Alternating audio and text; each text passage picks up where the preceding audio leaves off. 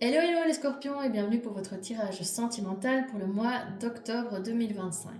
On va commencer tout de suite avec les énergies principales de ce tirage qui sont la roue de fortune, le 4 de pentacle et une carte de mon oracle qui dit rien n'empêche ce qui est écrit. Avec la roue de fortune, on nous parle d'un nouveau cycle, il y a aussi une forme de chance ou d'opportunité qui se présente. Avec le 4 de pentacle, on nous parle de quelqu'un qui s'accroche à ses habitudes, qui reste dans sa zone de confort peut-être par peur de perdre le contrôle. Et avec rien n'empêche ce qui est écrit, il y a une notion de destinée, mais il y a aussi une notion de garder une forme de rationalité dans ses relations et ne pas trop se laisser guider non plus par ses sentiments, ce qui est le cas de beaucoup de scorpions, je le sais puisque je suis comme vous. Mais de se dire que si ça doit se faire, c'est que c'est aligné avec nous et que ça se fera. Et si ça ne se fait pas, eh bien il faut aussi accepter que ça ne se fasse pas parce que c'est en fait quelque chose qui n'était pas destiné pour nous. Alors, on continue avec le 2 de pentacle à l'envers qui est clarifié par le 4 d'épée. Ici, avec le 2 de pentacle à l'envers, on nous dit que vous êtes peut-être dans une période de déséquilibre. Est-ce que vous avez peut-être trop de choses à gérer ou d'émotions qui s'entremêlent en vous? En tout cas, avec le 4 d'épée, on nous indique que vous avez besoin de prendre du recul, du repos pour mettre vos pensées et votre cœur en ordre. Avec le chariot clarifié par le 10 d'épée, là on nous parle à mon avis de la personne en face de vous. Ça peut être un cancer avec le chariot et on voit qu'avec cette énergie, il a envie d'avancer, il veut aller de l'avant, mais qu'avec le 10 de bâton ici, il y a encore un lourd bagage qu'il porte ou qu'elle porte cette personne. Et donc, on sent qu'avec les chariots, elle veut prendre les rênes de sa vie sentimentale, mais qu'il y a encore un poids du passé qui pèse sur ses épaules et qui ralentit la dynamique. Avec le valet de coupe clarifié par le 6 de pentacle, on nous parle ici d'une énergie de tendresse, de douceur entre vous. On voit qu'il y a beaucoup de moments de générosité, on sent le partage, on sent aussi une envie de donner et de recevoir avec le 6 de pentacle de façon équilibrée. Mais on sent aussi avec ce valet, comme vous le savez, les valets sont des énergies assez immatures qui doivent encore passer par le cavalier puis ensuite arriver au roi. Donc ici, on sent qu'il y a une sincérité, mais une fragilité aussi dans la relation, qu'il y a une ouverture possible, mais qu'il faut encore un peu de temps pour que les choses se mettent en place. Avec le 7 de pentacle qui est clarifié par le 2 de pentacle, là on nous parle de prendre du temps en fait, de vous qui devez peser vos choix, qui devez tester aussi l'équilibre de la relation, qui devez observer si cette relation peut grandir et amener quelque chose de positif dans votre vie. Et on vous dit aussi que rien ne se fera en fait en un claquement de doigts, mais que les graines sont déjà plantées et que les graines sont là, qu'elles existent. Avec le valet de pentacle qui est clarifié par le roi d'épée à l'envers, ici, le valet de pentacle, il veut vraiment construire quelque chose de concret. Mais avec le roi d'épée à l'envers, on voit qu'il y a aussi une forme de difficulté dans les communications entre vous. Donc peut-être que vous ou l'autre hésitez, vous avez envie, vous êtes curieux, vous voulez apprendre plus sur l'autre, etc. Mais en face, il y a quelqu'un qui est fermé, qui n'exprime pas clairement ses pensées, ses émotions, et ça peut créer des malentendus entre vous. Avec l'as de bâton inversé clarifié par le soleil inversé ici, on nous dit l'as de bâton c'est la passion. Donc là, s'il était à l'endroit, je vous dirais la passion est garantie. Mais dans ce cas-ci, comme il est à l'envers, il y a quelque chose qui freine en fait cette passion. Et avec le soleil inversé, on nous dit que peut-être c'est un manque de confiance en vous qui freine tout ça, ou en tout cas peut-être une peur aussi que cette relation soit juste un feu de paille, une passion qui ne dure pas, et vous avez envie d'autre chose que ça, que de la passion, vous avez envie d'un truc plus stable.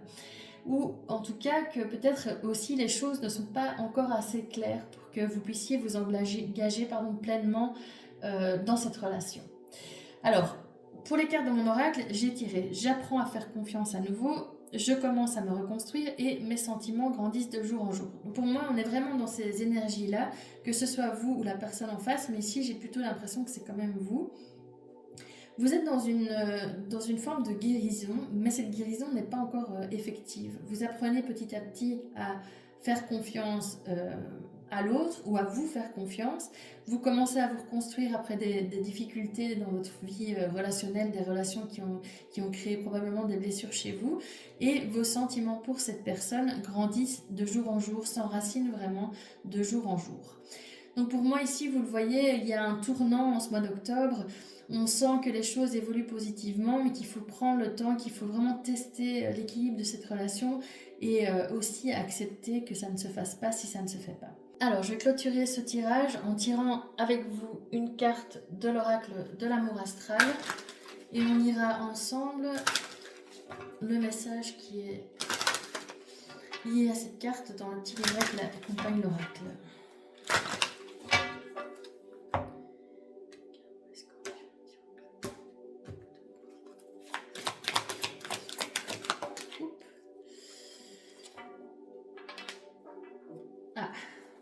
Pour moi, c'est une carte qui est aussi en lien avec ce que je vous disais par rapport au fait de si c'est destiné, ça se fera, mais si c'est pas destiné, ça ne se fera pas.